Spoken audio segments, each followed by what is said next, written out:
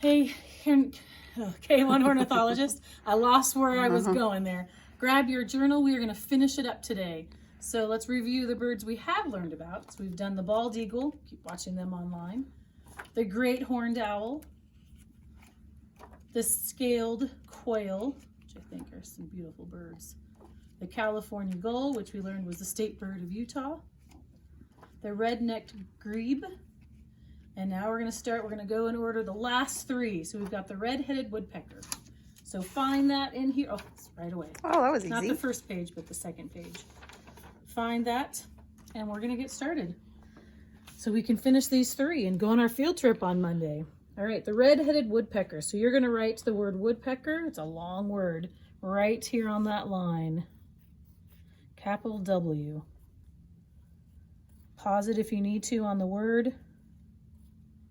Oops, forgot my C. Oh, that's a bad eraser. I was just going to say that eraser's terrible. It is.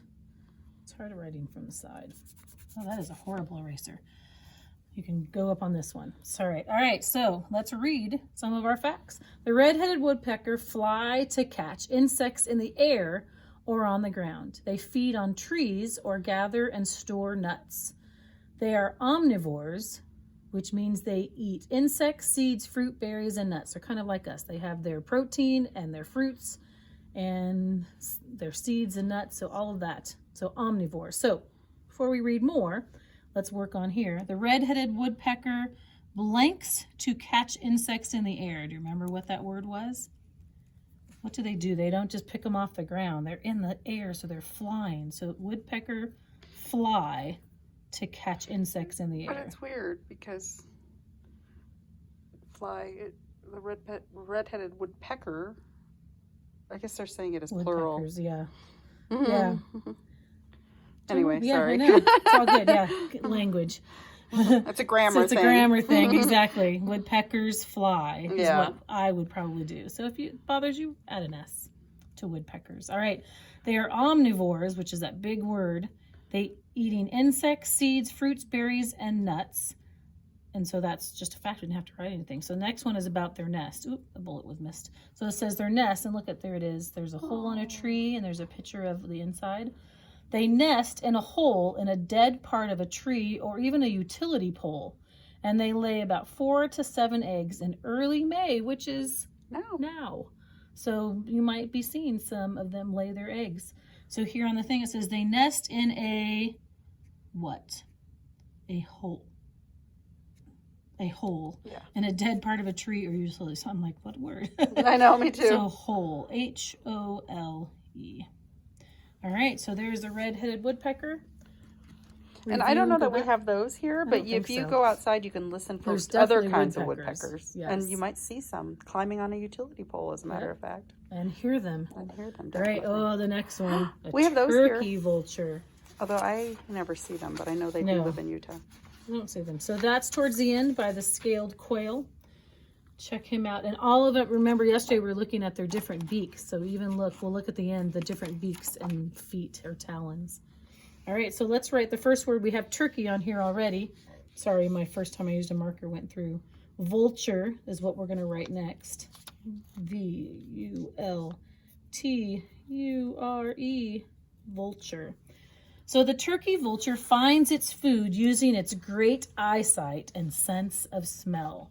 It can often be seen along roadsides, feeding on dead animals, or near bodies of water, feeding on washed up fish, not feet, washed up fish. And it's a good thing we have these guys because there's always a lot of dead animals everywhere. And if we didn't have them to eat them, they'd be just hanging around and that would be gross. So yay for the vultures cleaning up our earth. All right, so the turkey vulture finds its food using its great eyesight and sense of, do you remember what it is? Smell. Smell. And if you haven't noticed, as I read this, the words we write a lot of times are in the bold letters. So be watching as I read it.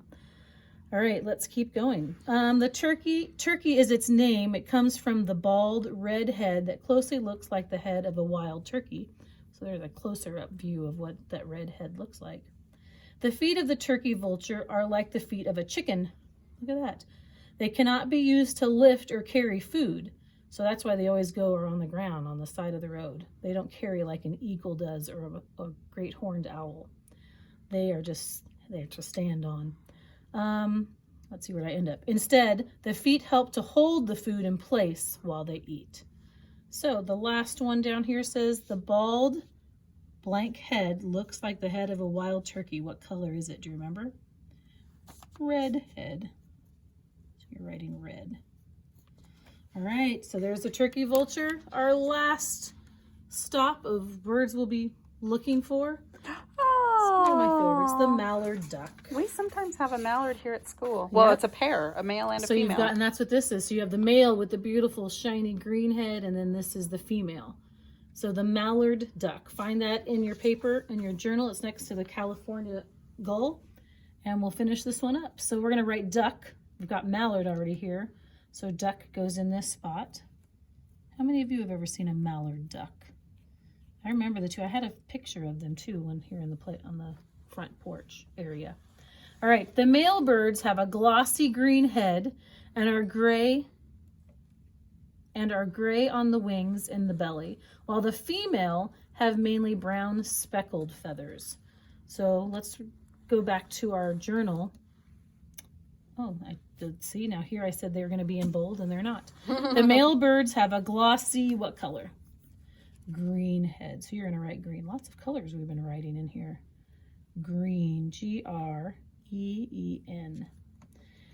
And then when finding the best place for her nest, the female looks for a place that they can hide and keep the eggs safe from predators. She lays between 8 and 13 eggs.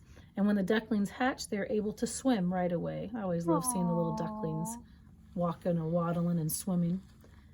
So down here in our journal, it says when the ducklings hatch, they are able to what right away? Who remembers? Swim right away. So swim is S-W-I-M. How many of you learned to swim when you were a baby? Sometimes parents do that right away, so especially if they have a pool. So that's these guys. They know right away how to go in the water. All right, the mallard is an omnivore. So we already know that word. I know. Omnivorous Exactly. birds. They feed on animals and plants like small fish, snails, moss, grass, weeds, beetles, lots of things. Dragonflies, flies, bugs, worms, plants, seeds, and roots. Aquatic plants, amphibious seeds, grain, and fruits. I think this is an animal that eats the most of all the different things. Everything. Mm-hmm. So that's what we're going to write. The mallard is a omnivore, the word. So we're going to write that big science word, which is what you are. So O-M-N-I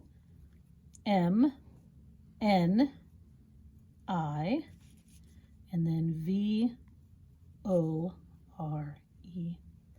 omnivore. All right, let's look at all three real quick. They're different beaks, and let me move this way, and they're different feet. Each of them have something different that they do. They're different place where they put their nests or what they eat. So keep an eye out when you start looking. Have fun. I hope that this unit helped you want to look for more birds and see and notice their nests and where they live and where they put their nests and what their beaks look like and their feet and their feathers. Just keep looking and asking questions and finding out more. All right, Monday is our field trip. I'm excited. Wear your Hilltop shirt. Bye.